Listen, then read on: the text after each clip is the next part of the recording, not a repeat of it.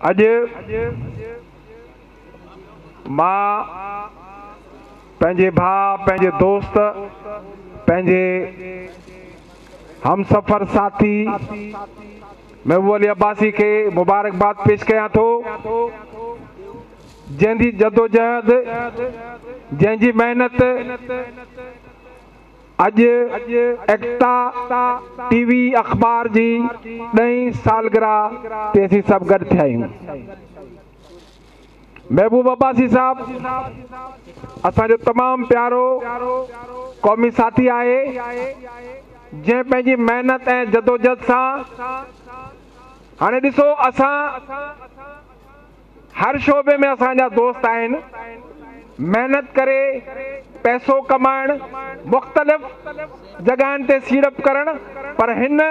ही वाहिद इहो शख़्स आहे जंहिं पहिरीं स्कूल तामीर कई। माना असां जी जेका ज़रूरत आहे,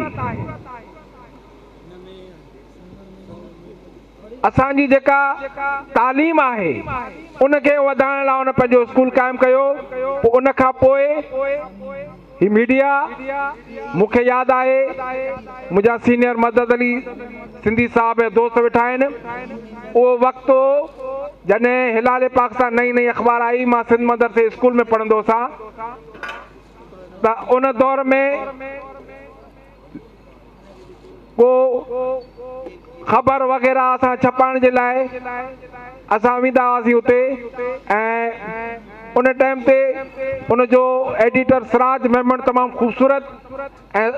अब्दुल करीम सादी झातियूं लिखंदो, जंहिंमें मुंहिंजी प्यारी भेण ऐं शाह साईं ते तहक़ीक़ कंदड़ ऐं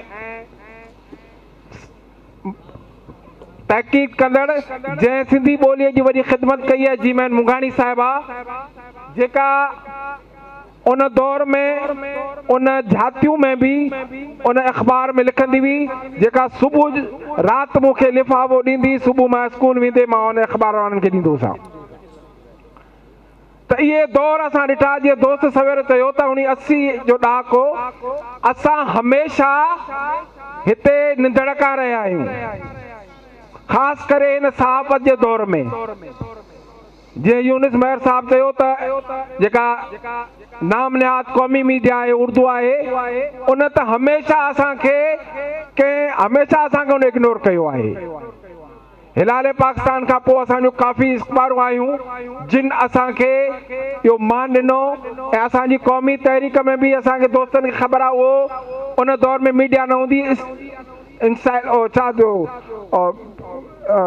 पेपर ते लिखी करे असीं पहुचाईंदा हुआसीं उन्हनि ॾे। पर अॼु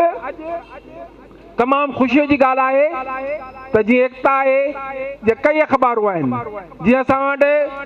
असांजो हिकिड़ो इलेक्ट्रॉनिक चैनल पहिरीं आयो, त मूंखे यादि आहे हिकिड़ी सिंधी फिल्म लॻी हुई जंहिंमें हिकिड़ो गानो सिंधड़ीअ ते सिर केरु न ॾींदो सहंदो केरु मयारो यार, फ़क़ीर अब्दुल गफ़ूर ॻायो। उन फिल्म में उहो गानो बाक़ाइदा कटियो वियो, एॾी सख़्ती थी जो इहो सिंधड़ीअ ते सिर केरु न ॾींदो, इहो गानो बि उन मां हटायो वियो। पोइ बाद में असांजी मीडिया असांजा चैनल आया, जॾहिं उन ते उहो गानो हलियो त ख़बर पई त हाणे असांजी मालिकी बि थिए पई, असांजी वारसी बि थिए पई। तंहिं करे मां महबूब अली अब्बासी साहब खे इहो मुबारकबाद सां गॾु उन जदो ॾिसो 10 साल तमामु वॾो अरसो आहे, जंहिंमें हाणे दोस्तनि ॿुधाए त 2 साल खां पोइ ही कमु हले पियो,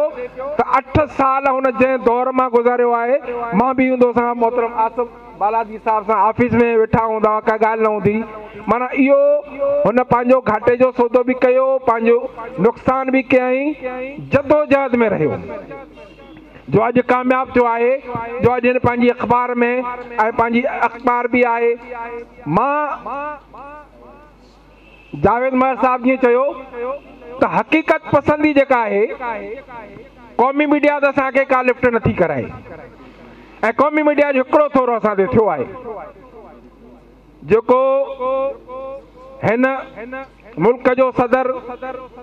आसिफ अली ज़रदारी साहब जॾहिं सिंधी टोपी पाए वियो त उन ते उर्दू मीडिया वारनि जेका चथर कई असांजे सिंधी टोपीअ ते जेका उन्हनि चथर कई ऐं उहा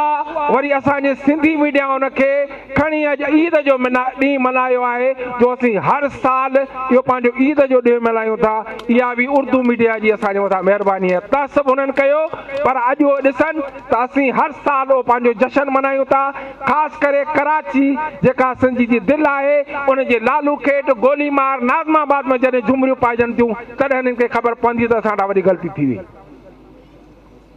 ॿियो असांजा जेके वॾा मसइला जीअं पहिरीं असां जे क़ौमी तहरीक में असांजा प्रोग्राम थींदा हुआ वॾा मसइला हूंदा हुआ अब छावणियूं या बिहारियुनि वारो मसइलो उहे त थिया पूरा।